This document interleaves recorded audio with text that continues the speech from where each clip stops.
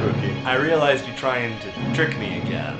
I'm not tricking you. Yeah, it's, Look at the difference in my notes. I have nothing to say about this episode. No, wait, well, these are the... Oh, boy. We'll figure it out. Should we stop this and figure out what No, the no. episode is? This is the episode where Janeway picks up a semi-automatic gun and points it at a guy. Like, there's a lot to talk about in this episode, and I think structure is our enemy right now. I got you. Ladies and gentlemen and everyone in between, No, let me start again. Take 2. Ladies and gentlemen and everyone in between, welcome to the Delta Quadrant. This is the Janeway, Chicago's greatest unofficial oral Star Trek Voyager episode guide. I am Jake S. Weissman, and with me, as always, is my BFF, Grant Whitaker. Oh, I never leave. He lives under my bed. On this blanket on which we record our podcast. Indeed. Oh boy! So this episode is called Time and Again, and it's a second time travel episode for the 3rd episode of the series, which is just a great way to really bombard your viewers with confusion about what's happening. Indubitably, I'm trying to find the writer and director here. Cool. Teleplay by David Kemper and Michael Piller. Story by David Kemper, directed by stalwart Les Landau. Michael Piller is also a dude who's been around forever and ever and ever. I think he was just a really big deal in this particular Star Trek universe of TNG through Enterprise. Yeah, well, whereas the last episode felt kind of grounded in the scientific method, this one's zany. They go to a planet that has recently been completely wiped out by an energy-related disaster. Perhaps topical at the time. Perhaps. Timely? Yeah. Timely and again? Oh, I don't like it. You don't? No. Well, I wrote that for you. Oh, but you just said the teleplay was written by this, But the joke was written for you. The episode is called Time and Again, and I said timely and again. I said timely and again. No, I got you. Oh. It was funny. Good. So So tell me about this episode, Grace. I would be delighted to. So this episode is... God, I'm not quite sure what the moral is. I guess it's like the first time that we're really messing with the Prime Directive. Like in the pilot, it's important. Boy, it's a way to break the Prime Directive and also not break the Prime Directive at the exact same time. Yeah. It's really troublesome for me at points. Yeah. So the crew of the Voyager comes upon a planet that is totally wiped out by an energy disaster. Cass has like psychic visions about all the people there, and that's the start of my problems with this episode, because like psychic ability is a thing in Star Trek. It crops up from time to time, but this is the most like pseudoscience, borderline mystical nonsense. Maybe they explore it some more. Maybe. I mean, like Cass's ability is one thing, but like just the way that this anomaly is structured, it doesn't make much sense to me. This one was one where I kind of tuned out a little bit. It's like a weird ghost lands thing. Yeah. Like, the echoes of the past. There are holes in space time, and so we can see the thriving civilization that once was. And then Janeway and Tom Paris just happen to be standing at the wrong place at the wrong time, which is an excellent way to structure your plot. Random happenstance. I mean, I'll say this as we go along in this series of ours. Yeah. That one of my favorite things about Star Trek Voyager in relation to other Star Trek shows is that they have no problem placing you in a straight up what the yeah, and making the characters work their way out until you understand. There are some episodes where I don't know what the is going on until the third act. And like there'll be entire episodes where you're just dealing with aliens for 2 acts. Yeah. And then get to the Voyager crew. It's just like some random other. Some of those are the best episodes that they got. So that's what I have to say about that. Yeah. That being said, this one is messy. Yeah. This is a messy guy and Ooh. not a very good example. And it always reminds me of like, you know, you're always trying to like evoke the inner light. And don't do that unless you really mean it. Yeah. Because that's as good as it gets. And you can't just blithely throw around the inner light and just like do it for this kind of ultimately kind of a thrillery type episode. There's no emotional stake really in this one. It uses some really cheap tactics, I'd say. Tell me about the cheap tactics. So tell me about those tactics. When Tom Tell Paris me about them, Grant. Jake, I'm trying. Okay. Please go for it. When Tom Paris and Captain Janeway come to the planet and they're fish out of water, the first character they run into is an annoying child character. Here's a tissue. Just thank you. Here you Thank go. you. I've calmed down significantly. I see it. Yeah. So first of all, this kid that you just want to disappear, and then he keeps coming back. Yeah. It's an amazingly persistent and like capable kid who's able to like trace train records and interview people and like follow up on leads, and it's justified because he's a reporter for his school paper. Right. This is just an aside here. My 2 notes for this episode are A, prime directive talk, period. Yeah. And then 2, little kid. Yeah. That's all I got. So I know that other things happen, but as far as my notes go, I didn't. So first cheap tactic, we introduce a little kid so that we can put him in peril. That's true. Because like Tom Paris like scares him. He thinks that that our Starfleet visitors are like supernatural demons. And Tom Paris leans into that a little bit. He's like, I eat children, blah. And that was good. I like that scene. Yeah. Because Janeway's so obviously getting irritated. Yeah. And trying to come up with some really legitimate answers to get him away, and then Tom's like, nah, I eat kids. Get the away from me. Yeah, no, it's like it's very true to kids. Like, yeah. Why? Yeah. Just. So ultimately, a trap that Janeway could never have avoided. So it's a good thing Tom Paris got sucked out there too. Because he is a child at heart. Yeah. Just like you and me, Grant. Absolutely. It's why we watch these TV shows. That's right. Because there's a wonder in our hearts, and hopefully yours, listener. And tears in your eyes. Yeah. Much like Grant. Well, no, I had the tissue. Keep up with the continuity of the bit, please. So that's the first tactic. I'll be over here f***ing myself. That's the first tactic. The other one is, funnily enough, brutality. The world that they enter on, and this is a tried and true Star Trek tactic as far as I can tell. A trope, I guess. Starfleet is too enlightened and too cool to ever have like abuses of power like what we see here.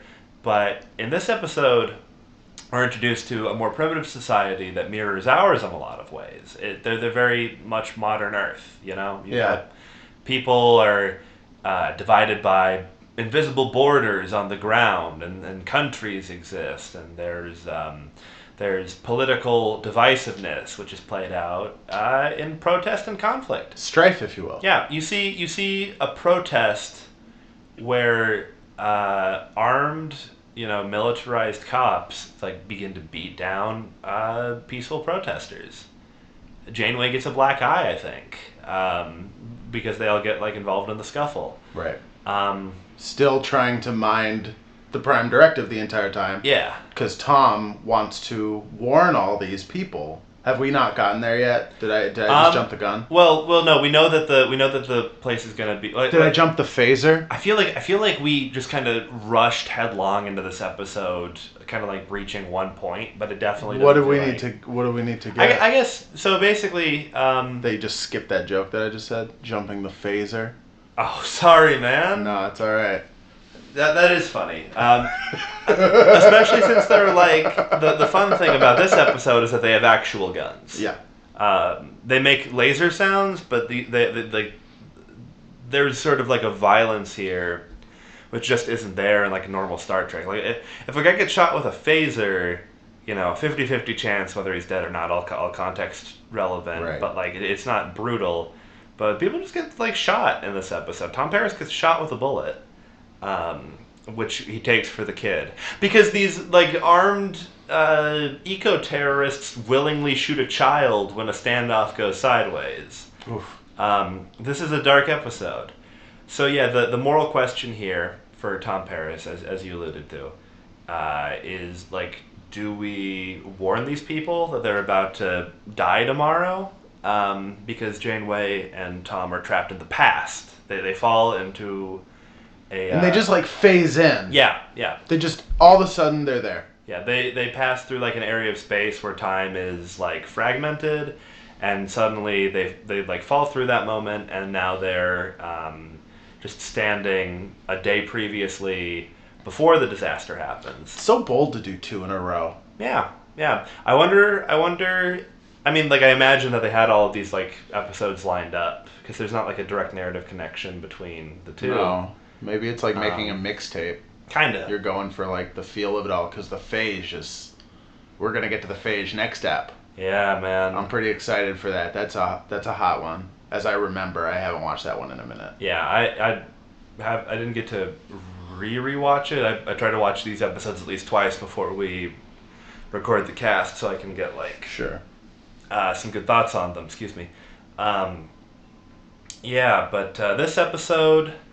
So our A plot is Janeway and Tom Paris stuck in the past in a time that is about to come to a cataclysmic end. With them, kind of caught in the middle. And so not only so Janeway just wants to let it all play out and try to escape back to the future, whereas Tom wants to warn them and like dodge dying in the first place. Right. So if they had warned them, then that would have stopped the anomaly. And, we'll get to it, because we have a hard timeline reset. Am I making any sense? No. Except I know exactly what you're talking about.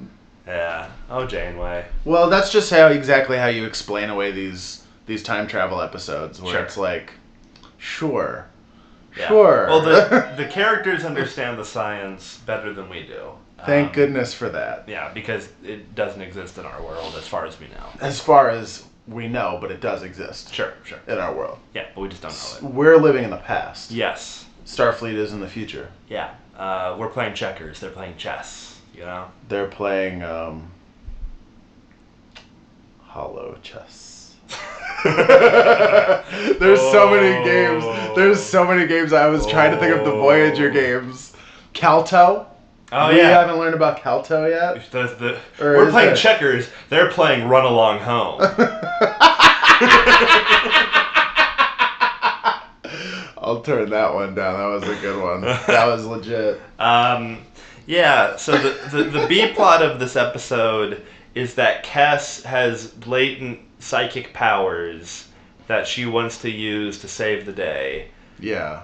And it's not the strongest, because here's the Cass subplot. She says, "Oh, I'm having the mind feelings," and then a Starfleet officer is like, "I don't believe you." And then she goes to the doctor, and the doctor says, "I don't get it, but if you're psychic, then probably you're just psychic." Yeah. No, she's having like cramps or like headaches or something, and the doctor's like, "I can't fix you. I don't know what you are or your parts." Yeah. And so then they play on the psychic thing, and she's like, "Well, let's get a whole team together, and we're gonna find Janeway and Tom and bring them back." And it nearly works. They really come up with a good plan to get them back. back. Yeah, and then because in their time, Tom and Janeway have found themselves in a very precarious situation, politically with the people there, and they're trying to dodge you know, the violations of the Prime Directive that would come with revealing that they're aliens. Thank goodness these people. Well, what do they say that they are? They say that they're energy inspectors from the next town over. Yeah, but the kid is like, no, I asked the guy. Yeah. And you don't. Yeah.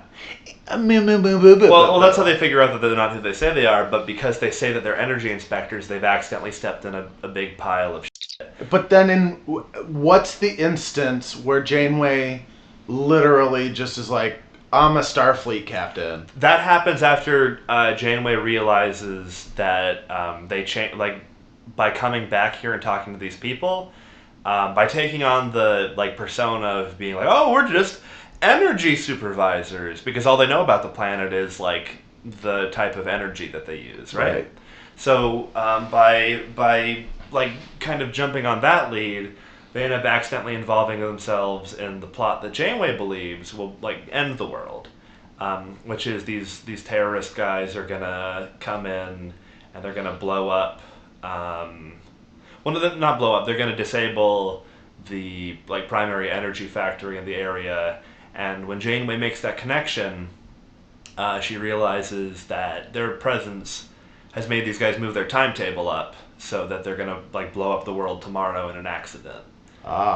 So once she realizes that they've already violated the Prime Directive, she says, okay, my name is Captain Catherine Janeway, and I come from both space and the future. And then has to explain to Tom what you just explained to me. Exactly. And it's still a little fuzzy for me. Yeah. I don't know why I'm having such a hard time with it. But also, I know this is technically for later in the episode, but I'm scared to give Janeway the winning medal twice in a row, because Janeway has some cool moments in this episode. Tell me about them. She's so first of all, we have that, we have her kind of sleuthing her way through this whole time travel mystery. Right. Maybe that's why they put the previous episode before this one, so that we could know that Janeway is down with all this time travel stuff and can intuit it pretty easily. She can roll. Yeah. So where Janeway really kind of becomes an action hero for a minute. Yeah. They're held at gunpoint and told to basically read from a script to get these guys inside the factory. These bad guys, relative bad term. The terrorists. The right? terrorists. They're trying to get the terrorists trying to get the into the factory. insurgents or whatever. Yeah, the plotters want to get inside the factory, the energy production plant, and they have Janeway at gunpoint. They say, "All right, get us in, or we'll kill you and the kid." Oh my God. And they're just walked straight up to the gate, and the gate guard says, "Hey, what's going on?" And Janeway, just stone cold, total composure, no panic in her voice at all, just says I am a captive. These men are armed terrorists, and they are here to blow up the plant. And she's the best. Gun to her head, she goes for what she thinks that is. I think at that point she's trying to save the planet, because she recognizes that she's already violated the Prime Directive. So now she's trying to stop these guys from getting to the place, and that's I think ultimately kind of telling of Janeway's character. Yeah. She'll hold to the Prime Directive, even if it means that she dies. But once circumstances have conspired against her and broken the Prime Directive, she'll do what would be the right choice from our perspective, because that's always messy with the Prime Directive, right? Right. It's how Starfleet keeps a couple steps ahead of our less enlightened morality. So, I don't remember, how does Tom Paris get shot? Oh. Who shoots him? One of the The ecosurgents? Yeah, one of the why didn't we just invent that term 5 minutes ago? Ecosurgents. I'll plop it in. Yeah, one of the ecosurgents basically makes good on the threat, turns to the kid when he tries to run and tries to plant a bullet in his back. No one has hesitation in this episode. Yeah. These people are all remorseless professionals. Tom has that nice moment where he turns to the kid and the kid explains that he's like this reporter, and it's really interesting. And Tom turns to him and goes, "Man, I'm sorry." Yeah, Tom bonds with the kid. Yeah, it's good. And, like, it was legit. It was nice. And you know, he's not only apologizing for looping the kid in, you know, but like, it humanizes the world for Tom. Yeah. And it gives him something to fight for. Which he's always best when he's fighting for something. Yeah. He tends to. Yeah, he needs a cause. His causes are like bad medicine for him, you know? Like, it drives him away and it tastes bad to him, but once he got it, it makes him a lot better. I got you. And then the other reason that Janeway is the winner in this episode is because she picks up a fucking gun and chases after the terrorists and holds them all up before figuring out the real problem.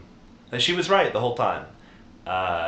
You know, it's their fault that the world's going to come to an end, but it isn't because they went back in time. Yeah. It's because after they're unable to, like, nab them out of time in the future, they end up trying to cut a hold of the past, like, by brute force. And by doing that in the very delicate, like, reactor room of the energy plant, they actually cause the explosion. By running over, like, a power tube. Oh, no. Yeah. So Janeway shoots the big time hole, and then by stopping the explosion from ever happening, we reset to the start of the episode to... Tom and Harry. We didn't talk about this. Couple of these boys. That's the beginning of the arc of the... What's the sisters' names? I want to say, like, the Delora sisters. Delaney sisters. The Delaney sisters. That's a running thread. Hey, imagine something worse than, like... I don't know. I mean, like, I guess it'd be cool to have, like a family member in a Voyager type situation. But imagine being the f***ing Delaney sisters. On a crew of, like, 70. You meet them eventually, one episode, I think. Yeah. But they talk about them forever. I'll break tradition right now and say that that's my loser of the episode, is Tom and Harry, and Tom beginning this Delaney sisters run. Yeah. And, you know, Harry's like, man, I got a girl back home. And Tom's like, man...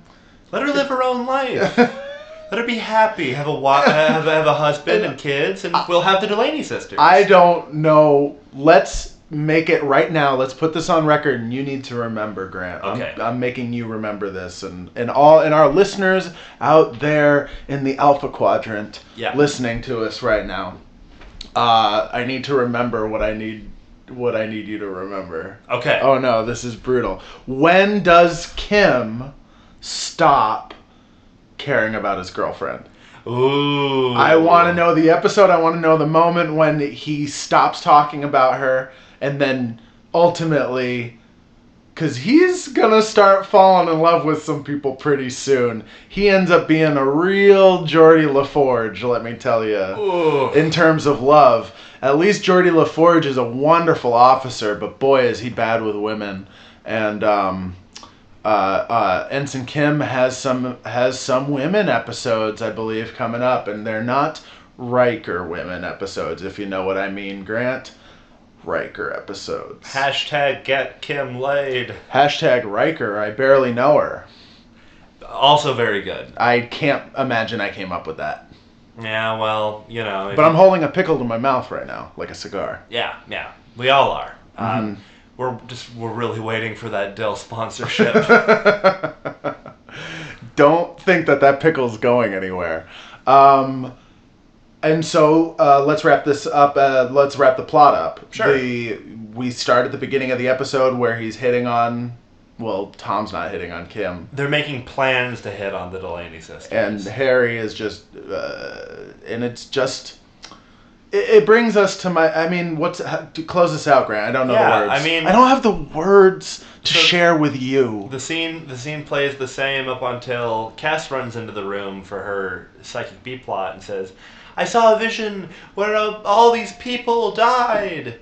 And then they check on the planet, and after all of their adventures, after basically dealing with the time paradox, or breaking the time they break the time loop, which causes a paradox, which causes a reset, so nothing in the episode ever happened. And Janeway like, confidently and not quite like. I mean, it's not like she's being smarmy about it, Right. but she very like, well, we have a thing called the Prime Directive, and it says that we can't talk to these people, Kes, so we can just look at them from afar. And Kes says, oh, goody, they lived. Because they're pre-warp. Yeah, yeah, exactly. They're a civilization much like ours. If they're warp, you can make first contact. Sure. If it's pre-warp, leave them alone. And that's why my winner of this episode is the Prime Directive, because through the writing of this episode, somehow we managed to break the Prime Directive and make it even stronger. And the most impressive part of that in the writing for me is by the end, really hammering it. They're not trying to sweep it under the rug. They're presenting a really complex issue with the Prime Directive. It might not be the best, like, Star Trek episode. Yeah. I don't think it's the most captivating, but it's definitely a way to eat one's cake, or Leola root stew, if you will. Have one's Leola root stew and eat it as well. And what else can you ask for? Ravioli.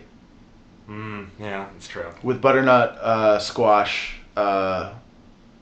like, on top. You'd have to chop it up pretty fine, right? It would be a sauce. Okay. And then there would also be squash inside the ravioli. Okay. I prefer a meat stuffed ravioli, but that's because. What kind of meat? Ooh. Targ? Yeah, I guess we can't just print off pork from the. Targ tastes like pork. Does it? It's the Kronos wild boar. Yeah. I remember my pet Targ, and then my wife killed him. But and then you lost your eye in a prisoner of war camp. I'm a very cool character. You should watch Deep Space Nine instead to meet me. Yeah. Turn off Voyager right now. Turn off Voyager. Just watch Deep Space Nine. Is that where you're at right now? No. Within the first 4 episodes, we're in the first 3 episosodes technically. No, where are we at? Deep Space Nine is finished for me. Right. It finished itself very satisfying. Like, it ended on a very satisfying note. Finished itself off very satisfyingly for you. In front of your eyes. I was very pleased to see how Cisco finished himself off. Okay. Yeah. So there's no like, lost romance with Deep Space Nine. That relationship is done, and I'm open up to what Voyager has to offer. And so, how's the plane flying right now? Are we flying a little even keel? Are we dipping a little low below the clouds? Are we flying high above the weather? Voyager is a goofy show with a lot of with a cast of characters that I find to be they're not the best of the best as far as Starfleet goes, because they've been put into a rough situation, but that gives them so much more character than like the milquetoast crew of white bread boys that preceded of what Voyager was gonna be. Why did she pick that crew? Well, what a terrible crew of men. They were only going out for about 15 seconds. Yeah, but there was the crew. That's true. That was the crew. That was just their first. Well, that was just their first trek through the stars. We speak harshly of these people, but we know nothing of the Doctor's Piccolo recitals. Right, and how well the first mate dealt with Captain Riker. Yeah. In the battle of. Hey, guess what? The first officer and the Doctor were married, and we'll never know that. That's right. They were the first gay Star Trek characters. Oh, together. Oh, I thought they left. That's a good one. Yeah. That's good. And we'll never know. And there's a whole thing with how they didn't take each other's last names. And how Tom got in the middle of it all. Yeah. Because as we know, Tom is not only a racist but a homophobe. And on that note, tell me what your name is. My name is Grant Whitaker, and I'm really glad to be here again. Grant, thanks for being my all-time guest, my every-time guest, my co-host, if you will. I guess that's what a co-host is. Yeah, your Chief Talaxian representative. Chief Ocampa. Oh, great! Don't put that evil on me, Jake Weissman. That's my name. My name is Jake S. Weissman. Grant, do you want to say it this time? Nah, you got it. Okay. Well, have a wonderful evening whenever you're listening to this. And we will see you in the Delta Quadrant. Watch out for time-traveling demons. Oh, temporal? Temporal.